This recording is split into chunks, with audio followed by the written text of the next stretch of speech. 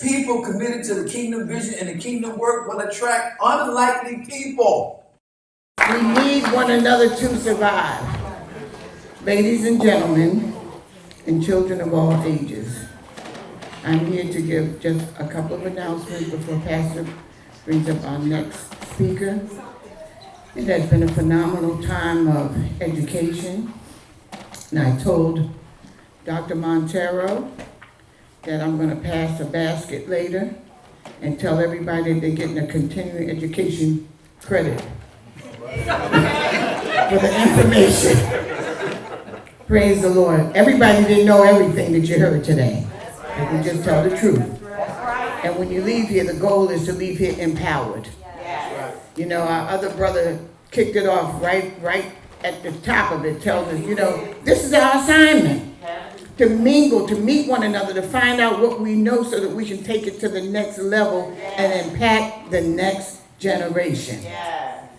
And then Dr. Montero allowed us to get into the dressing room of the Dr. Martin Luther King Jr.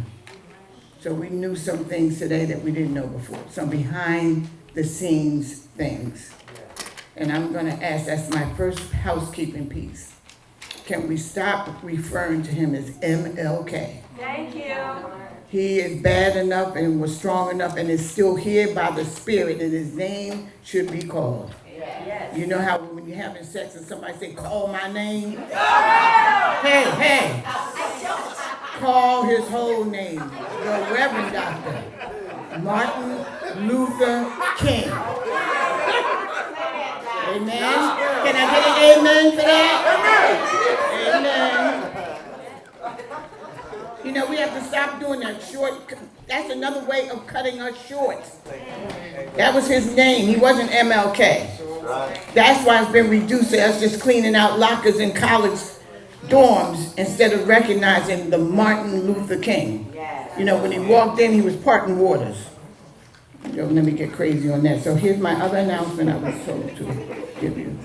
We're excited to see that so many people are recording and capturing this moment in time. And we're inviting you to go to our YouTube channel. It's called YouTube COTO Kingdom Vision. COTO, C-O-T-O.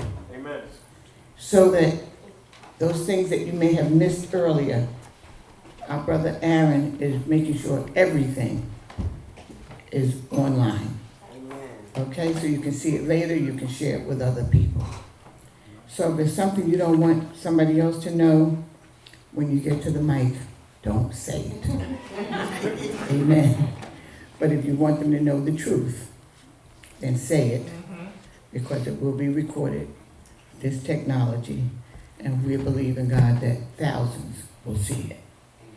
And so you major networking across the room. I hope that you'll take advantage of the assignment that we'll give at the end. You know, there are many things going on in here. We have Sister Pam Africa with us today.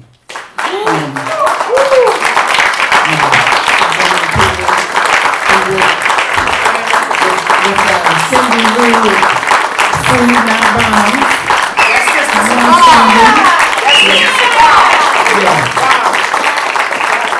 I want you to know when you're among celebrities. Look at your neighbor, you're a celebrity today. You know? Tell your neighbor, you know, I'm just so glad to see you. I'm feeling like you're the celebrity today that we made it. But somebody said that to me the other day. I guess I looked very old that day. They said, I wish I had been around in ancient times when pastors like you were on the street really fighting. Maybe I had on the wrong wig that day. I don't know what the story was. But here's an example of that. We're in a room with some powerful people that we shouldn't just sit and eat with the people that you always sit and eat with. Pick some brains of the people that have been in the fight, and as this brother just said over here, and survived. So that's on my right. On my left, this next speaker is a powerful sister. She is Well, I'll let Pastor introduce it, but I'm going to just talk about the Poor People's Army. That's right. The Poor People's Army. Sherry Humphrey. She's climbing over fences into buildings that she done paid for with her blood, sweat, and tears. When I looked at this picture, you know, they're going to tell us what we can't go into, which is ours. And she made up her mind, no, today I'm going over the fence. She climbed up the fence. I said, that's my girl. You know, I like people that don't mind the fight. Because we're in a fight anyway, doggone it, fight. So you're going to hear from Sherry. I'm sure you're going to hear from Pam. But I want to make sure that you know how you can capture this later on. Please get on that YouTube. Amen? And prepare your minds and hearts. Because he just talked about the church. We will give you an opportunity to give an offering today. Why? Because we're doing so much stuff that needs to be paid for. When we go into the prison, you know, we do prison visits here every single week. We have, let me acknowledge this group, the CADB, Coalition to Abolish Death by Incarceration. Stand up. Come on, stand up. Some of the people from the Coalition to Abolish Death by Incarceration. Now, and I want you to look around. We're not ancient like that person said to me, but we are golden girls. So we need some young people out there with us to climb over them fences. We can't do like Sherry's doing. But these girls stand at the courthouse, on the phone, writing letters. You know, they try to bully us. And you know, when you get this age, you can't bully us. The hell with you. You understand? Sometimes I just tell them, look, I know your mother. I'm going to call and tell her how you're acting out here. You know, we need to do stuff like that. I did that to a couple of young boys one day on the corner. They were just cussing and they just going to push me out. I'm going to call your mother and tell you how you acting. Straight right out. They didn't know I didn't know their mother. I just said that. You understand? I didn't know their mother. We have to use what we have to use to get where we need to go. And then the last thing, my last announcement, is everybody got a little card here. A little card. We asked you to put some information on your name and address. If you didn't turn it in, would you just hold it up right now so Dana can get it from you? The blue part that we invited you to keep, it says on there, we pray that you may receive a rich blessing in this period of worship. See, even though we're talking about things that maybe, I don't even know, Pastor quoted some scripture for somebody that wants to be deep and say, I ain't know scripture. He could give us some scripture. But see, when we come together like this to discuss issues of the heart like this is worship. We've got that confused. I think our brother also said that the church gets a bad rap. Didn't I hear you say that when I came in? Yeah, it gets a bad rap. But this is the church for people that don't go to church, so you can find out what God has for you. Okay? And this says, we pray that you may receive a rich blessing in this period of worship, and that Christ the Lord will be more real to you because you have worshiped here today. So that's an invitation. Now we ask you to turn in the other half of this so that we can have attendance of today. When we look back a year from now, we may write you and find out how are you doing. You know, what can we do for you? That's the kind of people we are. And so that you know, we prayed before we got here that you would show up. We didn't know who the you was. But now that you're here, we praise God. We hope that you feel blessed, that you read the card, and that you'll come again to celebrate life as we go further into the third dimension, as Dr. Montero said, and we start moving into the fourth revolution. Give the pastor a hand as he comes. Thank you.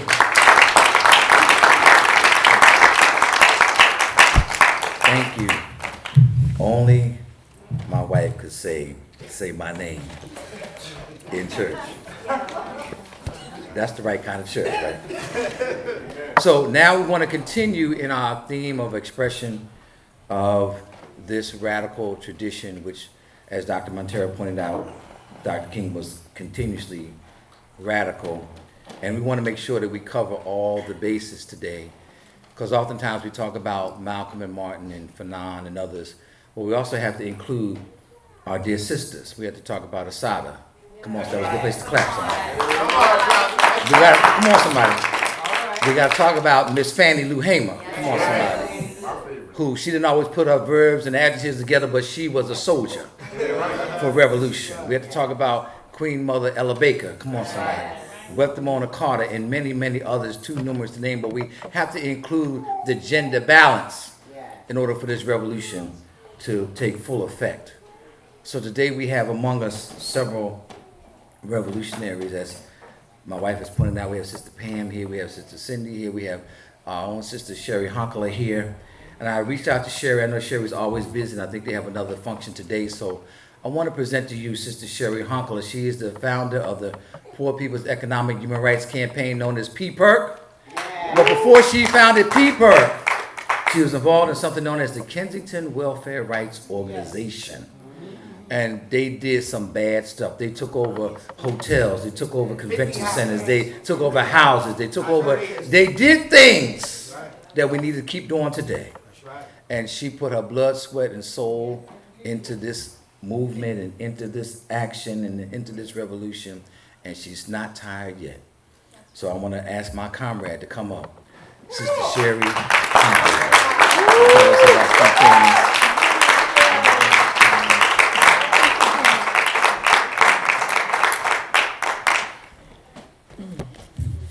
Good morning. Good morning. Okay. So I want to start off, I always think, like, how am I going to handle this situation? This wonderful gentleman in the front row asked me, he said, so what's your name? I said, Sherry Honkler. And he said, so are you a part of the Poor People's Campaign? Right. And I said, no. And I said, the reason I'm not a part of the Poor People's Campaign is my name is Sherry Honkler, and I am a revolutionary. Can I say that again? My name is Sherry Honkler, and I am a revolutionary. Okay, so just to be clear, way long time ago, before the Poor People's Campaign, when I turned on my television and I saw my former student interns, there was a group called the Kensington Welfare Rights Union, the Poor People's Economic Human Rights Campaign, and they had been taking their welfare checks, traveling across the country, going through the South, learning from our African American sisters in the welfare rights movement and doing everything for years. And then all of a sudden we turn on the TV and the vultures announced that they had started the Poor People's Campaign. Now, at first you would think, well, that's just an ego thing. But the truth is that they were headed on a very different road. You see, those of us that have been poor in this country, haven't had anything to eat, have been homeless, have lived in cars, almost frozen to death, and have been arrested over 200 some times, you can get an attitude. When you see a young, former intern of yours announcing a national campaign, and people being confused across the country and beginning to send checks and donations because they were allowed to buy their way into the media, covers of Time magazine, covers of this magazine, all over the place, and yet the poor, predominantly poor women and poor women of color across this country that have been organizing in the trenches for some 30 years decided that they were going to try to make us invisible. Well, guess what? We never went away. And when they talk about those houses that we used to take over, it's really important that you know this, because we will not be on Time magazine. We will not be on CNN tonight. But I'm going to tell you this, and it's up to you to start passing this around on social media. Right now in the city of Philadelphia, we have over 40 abandoned houses in which poor and homeless families are living in. Do you hear me?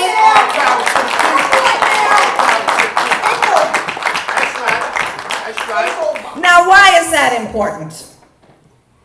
Because, oh, that's Donut. Donut, I received a call from a very powerful person in the city of Philadelphia. I can't say their name. They said, Sherry, we have a little baby that's going through fentanyl withdrawal. We don't have anybody to take him. He's past the weeks at Jefferson Hospital. I had 2 hours to make a decision. I went down and I got Donut.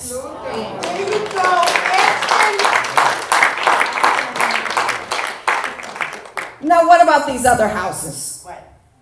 The other houses are because it's a myth. There are no battered women's shelters out here right now that'll take you in.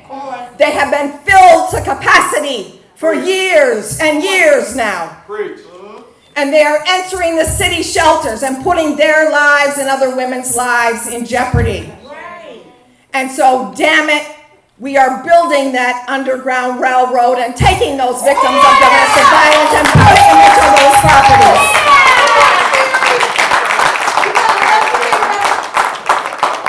And so when I hear from my brothers, like my brother Immortal Technique in New York, sure, you will need us to come down and protect those houses, we will, just let us know. Come on down. And we are housing the tons of people that have been fighting, that have been losing their other brothers and sisters to the opiate crisis. Because there's a misappropriation of funds. I said it in the city of Philadelphia and in this country, where they sue the pharmaceutical companies. They say that it's going to be used for the women and the children that don't have any place to go. And that money never makes it back to those families. Talk about it. And so we are making sure that after these families do their year in a recovery program, their decades in prison, that they come out and they have some place to live.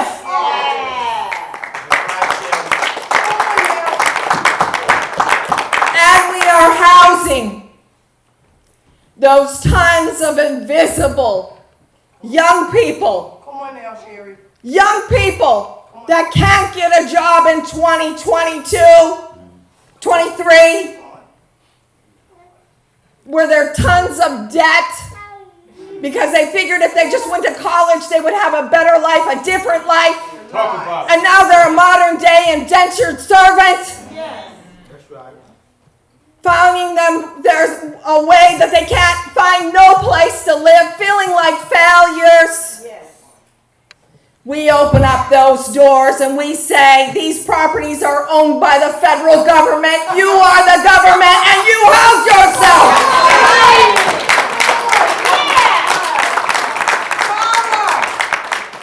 Now, how did a loudmouth, formerly homeless mother who lived in 9 different institutions before I was 16 years old, how were they able to put the tape over my mouth and make the movement I was a part of disappear? Well, damn it. I'd like to say that we were dangerous to Homeland Security. And why were we dangerous to Homeland Security? Because the idea of living, of housing yourself, of feeding yourself is catchy. Yeah. And there's more of us than there is of them. And when you begin to not just talk about how horrible it is in the world, but there is a path and there's something you could do this afternoon, Come on, Sherry. then that becomes catchy. And they have to make sure that you are silenced. Okay. So then they added me to the list. My sister Pam, many others in this room know all what I'm talking about, that list. Congratulations. The list that's more important than an honorary degree. Okay. Where they said, Sherry, you are now one of 13 women doing human rights work in the United States Wow. that is in most danger Yeah. in this country. Wow. Wow. For what? Truth. For what? Truth. For deciding that there's something really disgusting about waking up every morning and looking at my bank account and being, hundreds of dollars in debt, of trying to figure out the latest t-shirt hustle or whatever in order to keep the office open. For what? For trying to house men, women, and children in this country? What is wrong? So when I talk nasty about a poor people's campaign, there's a whole history behind it. That's right. Because I'm sick and tired of places that call them churches and places of faith that have open, empty buildings that stay empty and don't do anything about what's happening to their brothers and sisters in this country. Talk about that. So, we develop kind of a bad reputation. I guarantee you, if you ask somebody, do you know Sherry Hunkler, they'll be like, ain't that girl that took over the abandoned church, the St. Edward's Church? Oh my God. Like, she took over that church with like 70 homeless families, like she owned it.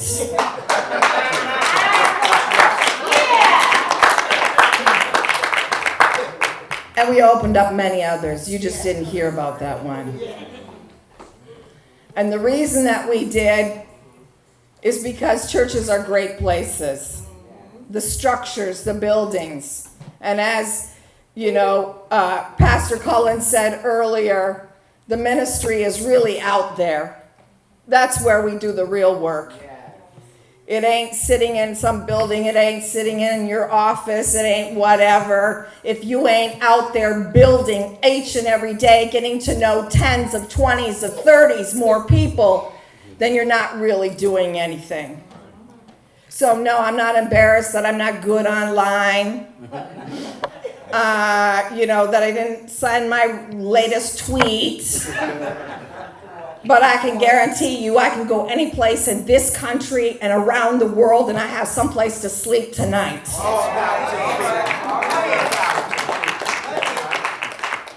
And that social capital is incredibly important. Because at the end of the day, the most important thing that we have is each other.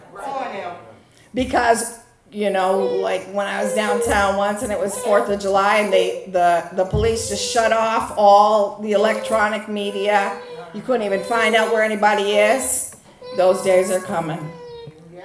Because when people say that fascism is something, don't it? You're stealing the show. That when people say that fascism is a thing in the past,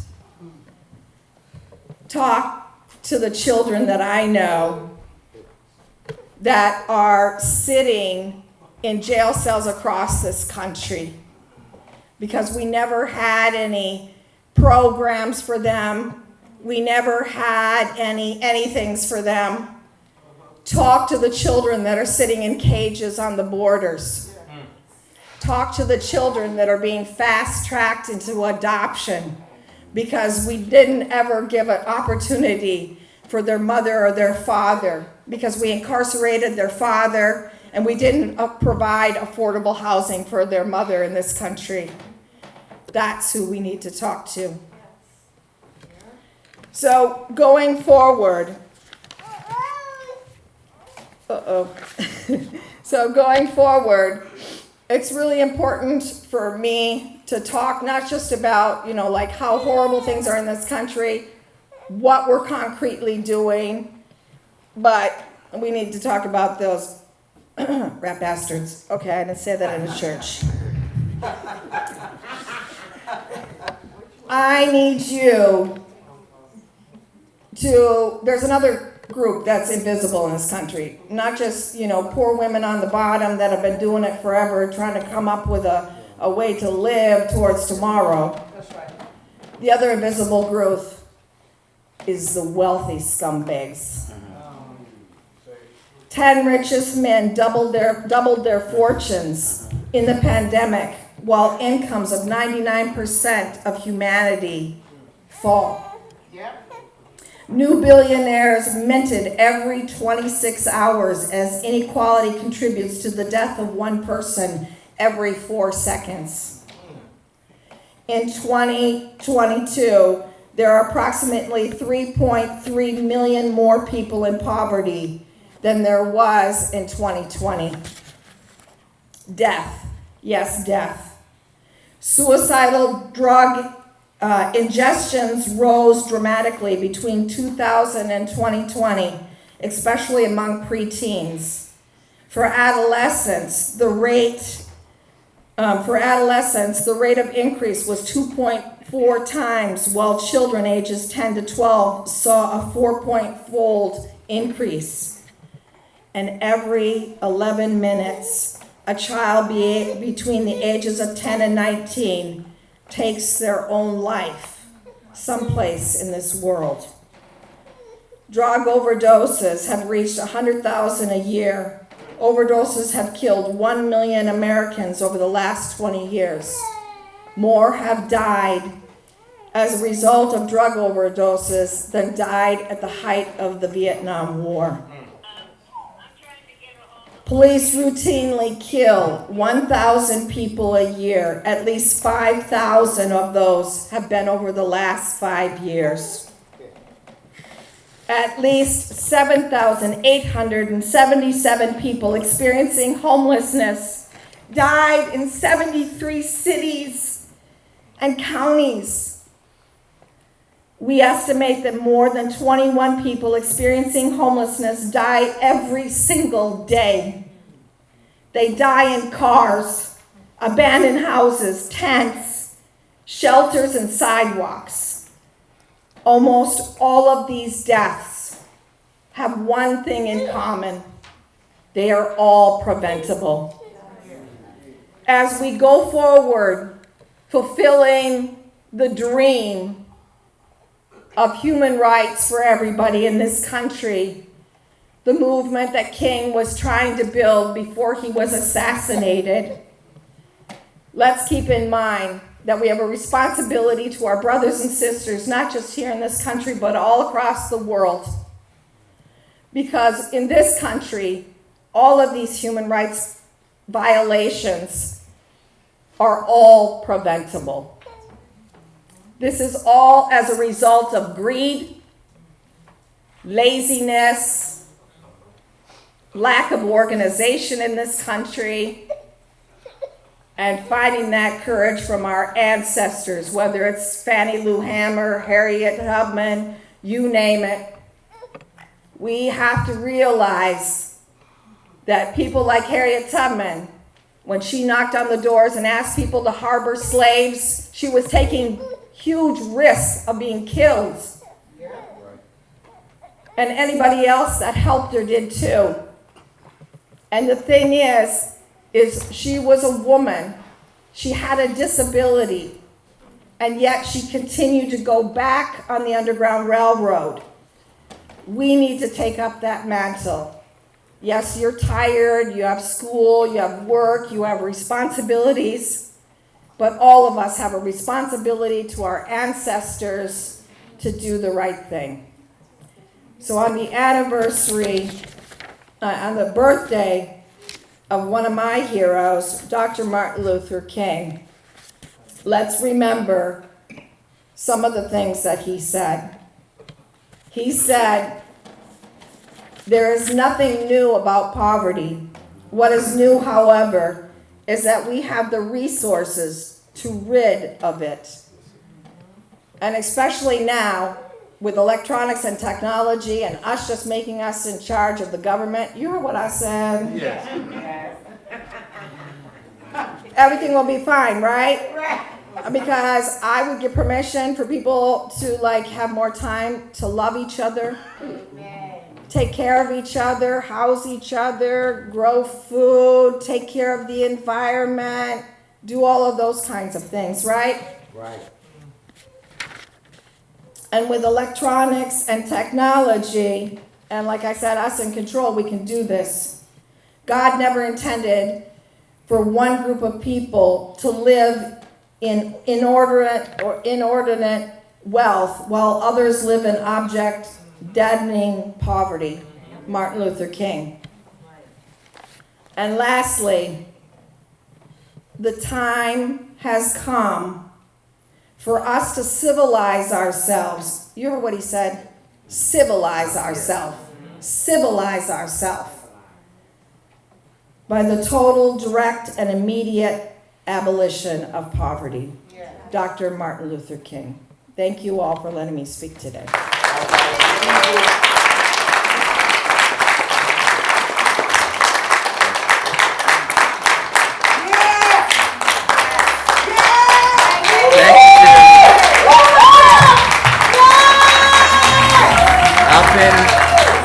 Sherry is,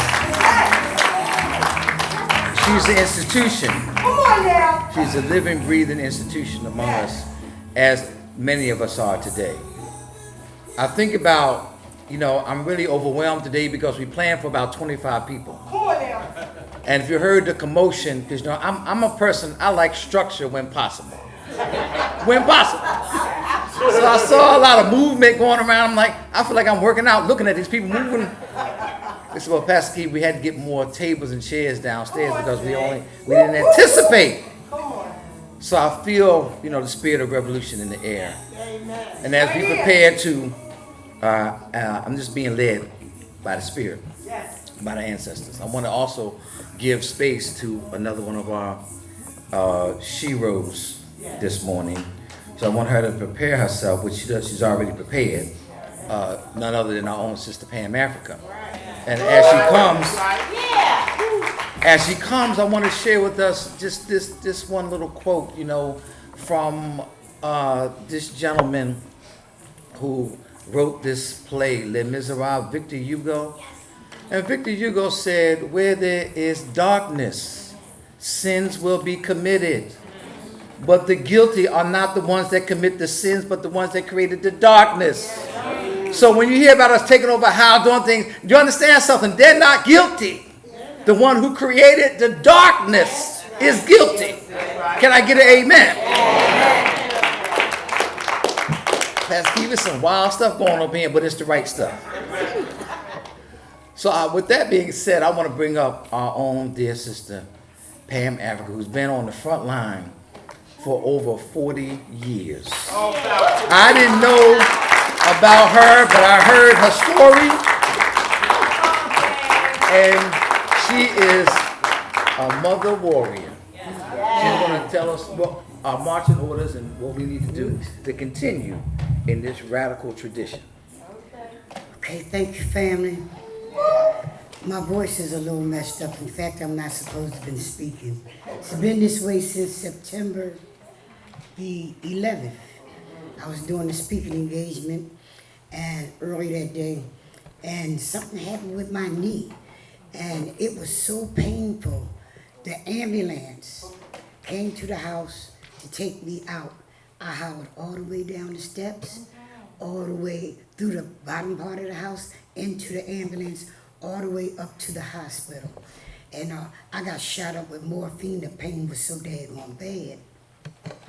When I got finished, and my throat was worse than this. It was like a squeak. And but I was told that I don't need to be using this voice. I need to be gargling with this solution. And but as hard, it was cool for a couple of days.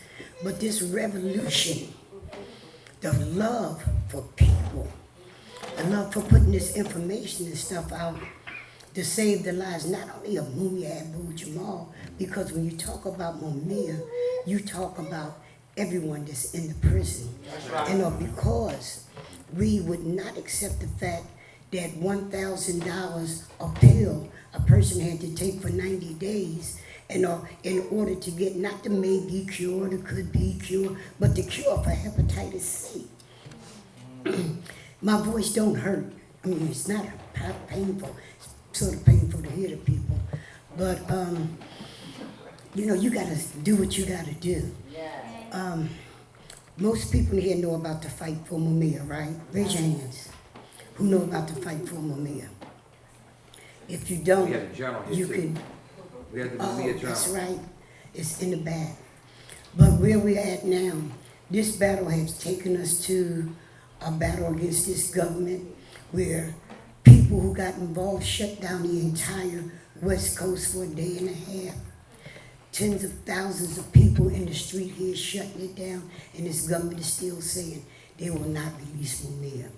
And each time something happened with him, you know, where you're not supposed to get another part in court, something else happened and it brings it back. Where we at now with the case of Mumia, there's, and I'm talking about black folks, we have a judge by the name of Judge Tucker. Can't think of Leon? Leon Tucker. Everybody tell me he was a good judge. And I find that out to be, he's an okay judge. And he did something that no other judge did. And he stood up and stated that Mumia need to have an appeal for a new case, right? But the government did their trickery and shot that down. Now we're before another black judge, and the sister name is Lucretia Clemens. And everybody was really happy. Asked people about this judge, and people were saying this judge is really okay. But you know, we deal with something here called fear. Fear. This judge that was okay did something that shocked people. Yeah. She turned thumbs down on Mumia getting an appeal. And then she backed off and she said, you know, I'm gonna give my decision in 60 to 90 days. It's a whole lot in between it, but I'm, just shortening it up. 60 to 90 days. And out of that, because of the shock that people was going through, Mumia lost his wife of 43 years. 40 of them years he was in prison. And she died because, and I say this government killed her. And she died of a broken heart, Yes. depression, and, police brutality. She had to send her children down south for a while because of the intimidation. She had to send her children down south because a lot of people misunderstood. They believed what they read in the paper, and people with the power to do something about all this wrong, and stood back in silence. Or they would say, hey, Sister Pam, you're doing a good job there. And, and what can I do? And you tell them over and over and over what they could do. And, but they don't understand this fight. It's a long fight. But something, the ancestors, the God of life, of all life, sent to us in this 11th hour of Mumia's life. Because this judge who is like this at this point, when she should be standing firmly and saying exactly what it is. I'm getting ready to release Mumia now. She's stuck. She's stuck in time. She's stuck in fear. Judge Wendell Griffin, a judge from Arkansas. You can look up on your paper because he's everywhere over the internet. He's come forth, and he's also a minister. He has his own church in in Arkansas. This brother came back and he laid the law down. He said that Mumia should have been released long time ago. That's right. And he laid down the reasons why. He also laid down the fact that the DA had the power to release Mumia. Now, Larry has got a lot of people out. And when you put on that suit and things and say that you want to be the DA for the people, he became like every daggone person before him. And let me tell you something. I fight for Larry Krasner. Yeah. I fight for Larry Krasner. And because he's a brother that done some things. And they have released a lot of people. He need a lot more help. But his fear, because the integrity unit should have let Mumia go. Every point that every person had in this integrity unit, every point, Mumia had every last one of them. But they turned him down. This judge said that what he should have been done, and let me tell you, he's a 25-year judge. He's been 10 years on the appeals bench.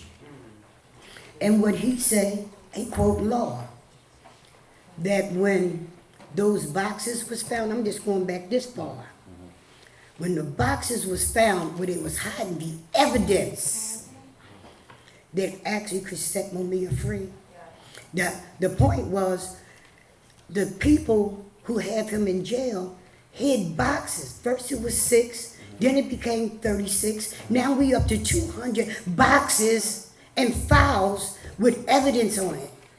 Our lawyers is going through these boxes and things. What the judge said was, at the point that they found those boxes in the hands of the DA office, Larry found them. He exposed them. The case was over.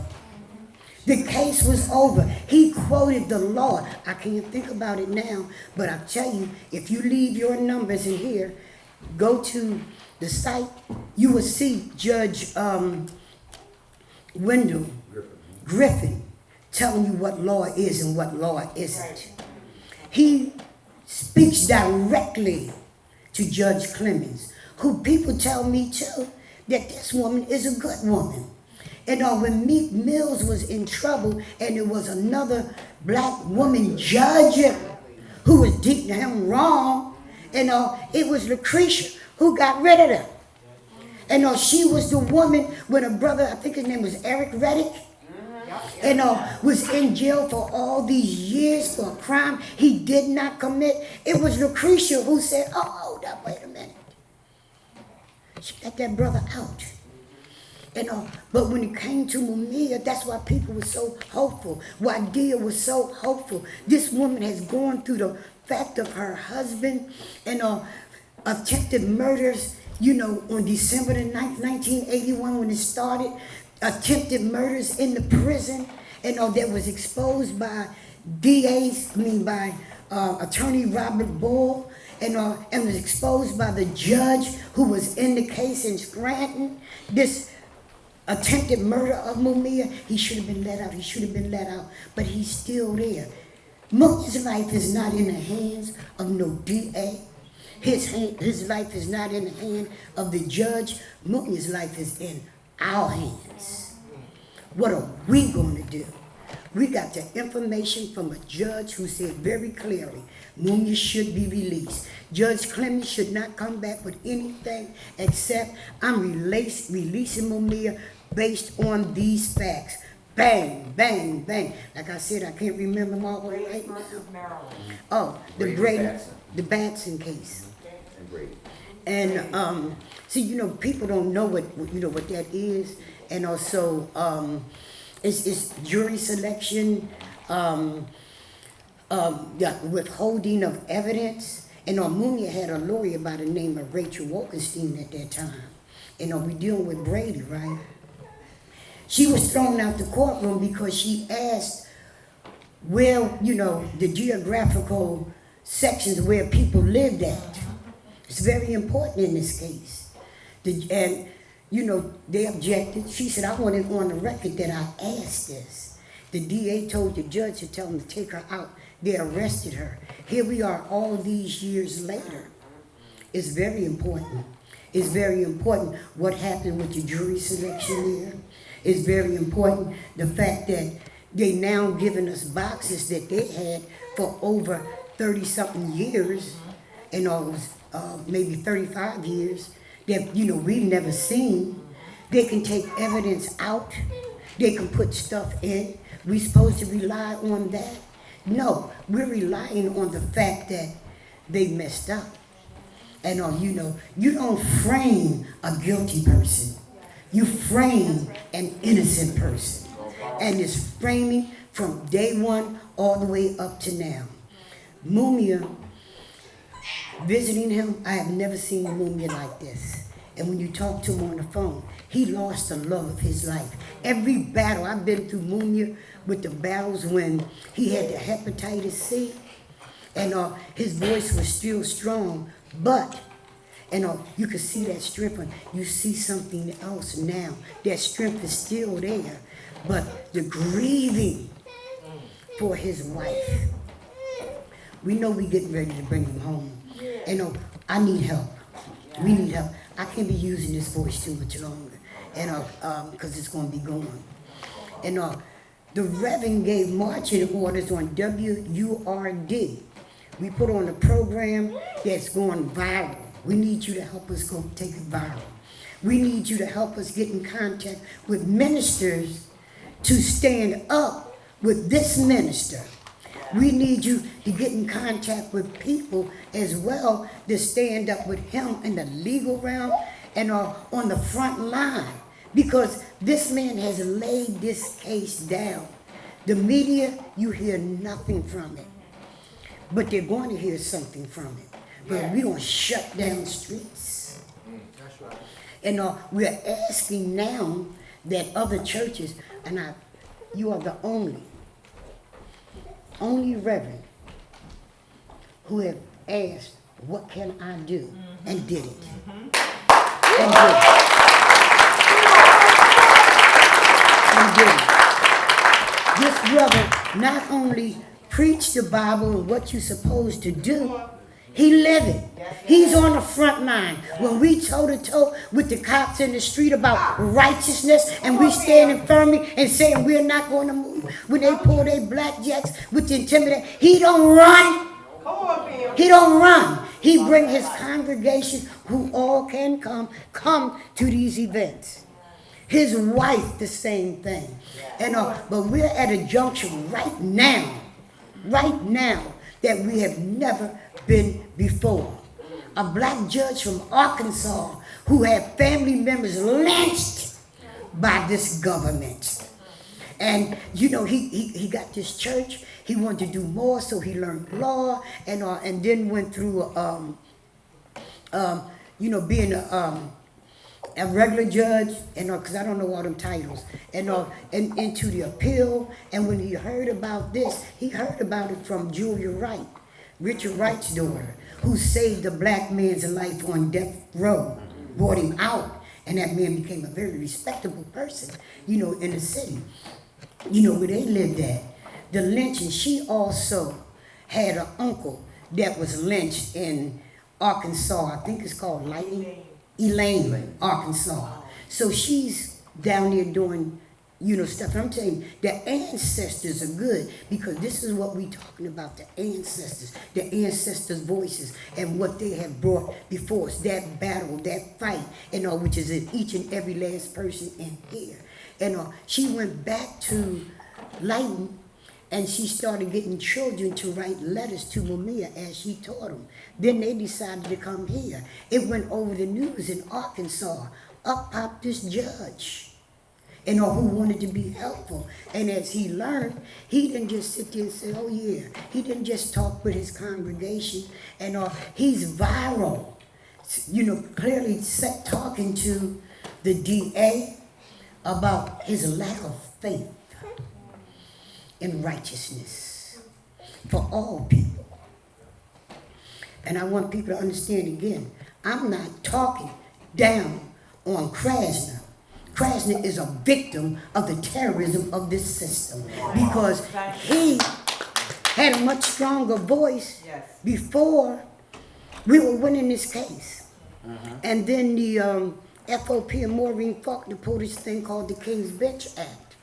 When they did that, they had Larry in their grips for 6 months. No other lawyer, no other anybody. And when he came out of that, he wrote something that shocked people to the world when he talked about the guilt of Mumia. A lie. Everything that was in there was a lie. And also, I backed up for a minute. I had to back up for a minute. Because the reasoning wasn't in my head at that point. The anger was there. And when I get angry, I demonstrated at different places he was. I called him some names to me that at that time was fitting. And but now I understand, and I understand revolution. Revolution is built on love and understanding. You got to understand where these people were. Dave Richardson gave one of the most powerful speeches. I wish we had we could play Dave Richardson's speech. On August the 12th, we had tens of thousands of people in Philadelphia. David Richardson made a speech where he condemned this government, and he told people, he said, you know, I'm a black man and a state representative. I don't confuse the two. And he didn't. He stood firmly, and he'd been doing stuff for Mumia. On August the 12th, a few days before then, we stopped the execution. On August the 12th, we brought all these people, and they thought once they stopped the execution, that, you know, everybody's going to say, all right, we don't want, we going home. No, we showed out. We showed out. We shut the city down. And but on August the 17th, the Honorable Marcus Messiah Garvey birthday is the date that they set to kill Mumia. I'm talking about the ancestors now, because at this particular point, we didn't have the black nationalist groups and things with us. But at this point, when you sign a death warrant on the birthday of the Honorable Marcus Messiah Garvey, you struck a nerve in the black community that was, phew.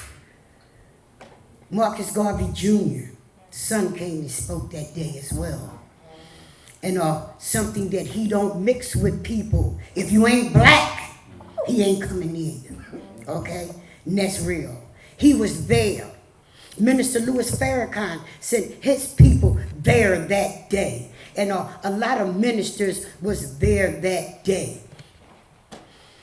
On August the 17th, when they were supposed to kill Mumia, Dave Richardson is out with some of his friends, and you know, it's a club that they all went to, drinking and having fun. Dave got sick, they took him home, he was dead. August 17th. August 17th, 1995. And they were sending us a message, but we have continuously sent them back the message. We're not scared of you. We're not scared of you. What did they do to Jesus Christ? Because he stood up and he knew. What did they do to Malcolm X? What did they do to Martin Luther King? What did they do to a whole lot of men, women, and children that stood up? But still we standing here today because we continued that stand. And here come this black Baptist minister, our Arkansas, with the nerve. And I'm saying, he know what he's doing. He know what he's up against. Arkansas is not, you know, it's deep down south. They kill you for looking. And but this brother has stood on the front line, have challenged the FOP, have challenged, you know, the judicial system, have challenged the whole DA thing, and you know, and Judge Lucretia Simmons, I got that on this, Clemens, she need our help. She need people to know, and I think when she says, I'm holding off, I'm giving you 60 to 90 days, then I'll make my decision. Well, people start writing her. The UN has filed an amicus brief on her, and people from all over. But I'm telling you, I don't know of any other minister who stood up and said anything about what's going on here. And this is a minister that needs support. I do remember in a letter from, not a letter, the Riverside speech, how Martin said people had abandoned him. He was almost standing alone. Don't let this judge stand alone. Do whatever it is that you can do. And you know how people do when it's time to vote? Knock on doors. We got the information, and you don't even have to tell it to them. It's on video. Spread it, spread it, spread it. And tell them to write this judge. Get in the street. We do this thing called Home for Mumia. It takes 4 people, and you hold the signs up, and you pass the information, and you gather that support. And going to the churches like we here today. And this ain't the fact that they want to kill Mumia in there. And this is a brother who had worldwide support. I'm not going to take up, any more time. But marching orders, I got mine. But I'm getting ready to lose this voice. I'm going to be a person that be pushing the buttons and, sending out what it is that he's saying and what it is that he's doing. And Lucretia, please contact her, call her, and she got to stand on her belief in God, because she did a thing about her family being lynched, and also about the fact that her wanting to be a good judge, and she want help, doing that.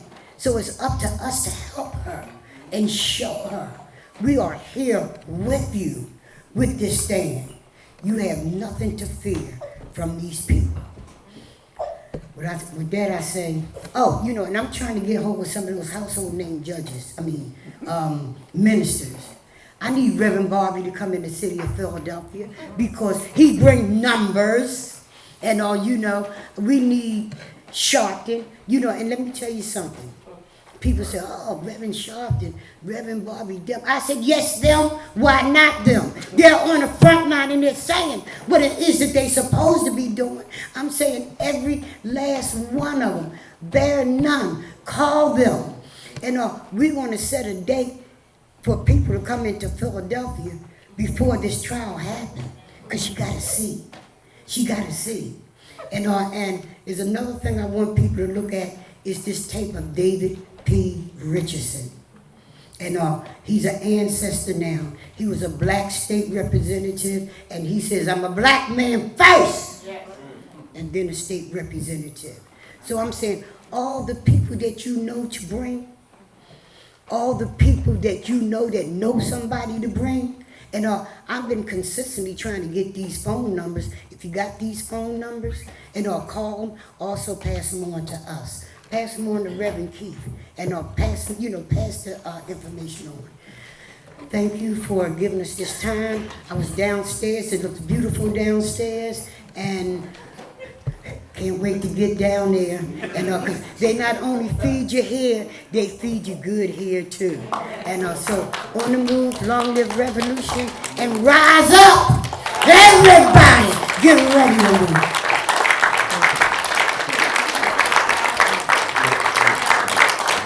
Thank you, Sister Carol.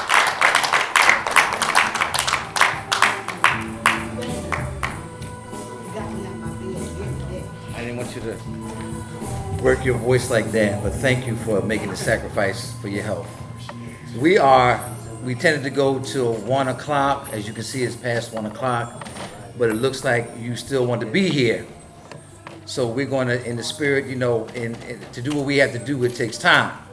And it takes time to commit ourselves to what we must do. And as Sister Pam was speaking about the spirit of David Richardson, we have one here with us today who is operating in his spirit. Right. Although she is a female, a young lady, she is from the soil. Yeah. I said she's from the soil. Yeah. She's not a machine person. She's not a product of the white, quote-unquote, liberal establishment, but she's from the people. And she did something that people said she couldn't do. It was a dynasty of over 30 years. And she broke that dynasty. Yeah. She broke it. And I think she's under 30 years old. We got new blood. And she's been impacted by the system. Right. And this is the kind of person that we need to bring us to where we need to go. And I just want to introduce to you my friend, the newly inaugurated state representative for the city of Chester and vicinity, 159th district, 159, which includes Chester and other municipalities, Carol Kazim.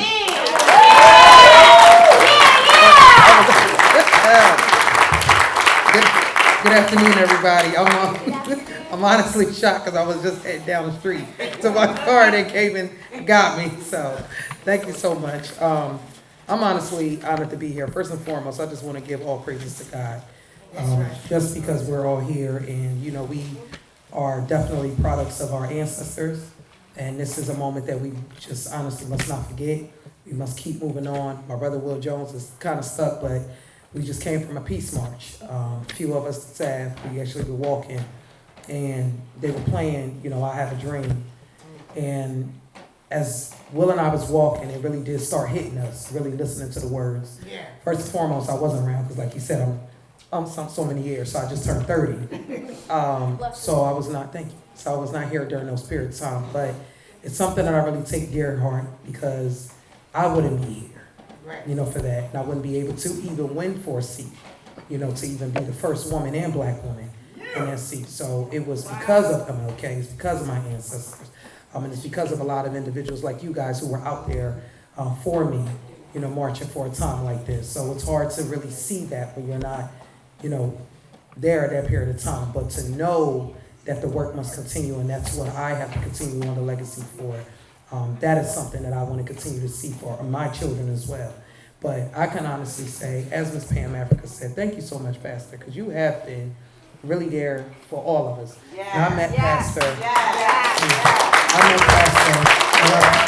I met the misses and the misses time, but I met Pastor during the time we were having a press conference for another young black male who actually is on his way home, thank God.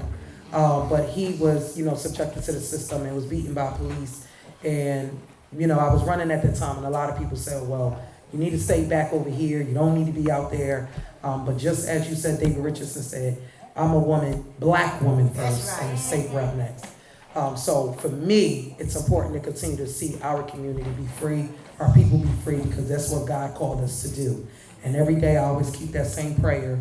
I can't remember what verse it is, but I know it's in there. And he always say about making sure you help the needy and the poor. And that's what he called me to do. And I'm always going to make sure I do that. So in honor of MLK, you know, I know he can hear us. Thank you so much for just pushing us in that path. And I'm going to continue that on. And Ms. Africa, anything you need for my guy. Believe it or not, I'm sorry, because I just said I was 30. I was in Chester Upland School District. I was in Smedley Middle School. And I think it was Miss Kelly asked us to write a project. She gave us a list of names. Everybody picked the same person. His name I was not familiar with. I was not familiar with that name. But I picked his name, and I did a lot of book and reading. So I wrote about him in 6th grade. I wrote about him in 6th grade. And I went around Chester asking everybody, you know who me? No, I don't know who that is. And to this very day, I'll never forget. So I will be honored to always, on the front line, continue to make sure he is set free. I remember watching documentaries from him. I was little and I was researching his name, and it was something about him that had me in my spirit. And I found my letter not too long ago. So the teacher sent it back to me, and I found the letter I was trying to write him in 6th grade. And I forgot what happened. It was because I was a little young, but I think they were trying to say they were keeping him from receiving letters or something like that. Or I think because the family didn't want him out or something was going on. But I found it, and the teacher told me about that project. So she found it. So I wrote about him in 6th grade. So it just brings chills when you brought him up about that. So here I am, 30 years old now, state rep, and here I was thinking about him and during that period of time, and I was in 6th grade. So that's how history continues. So thank you very much. I pray everyone have a beautiful and blessed day, and let's just not make it about a one day. Let's keep teaming it any way, any possible we can do. Please tell my guys to say hello.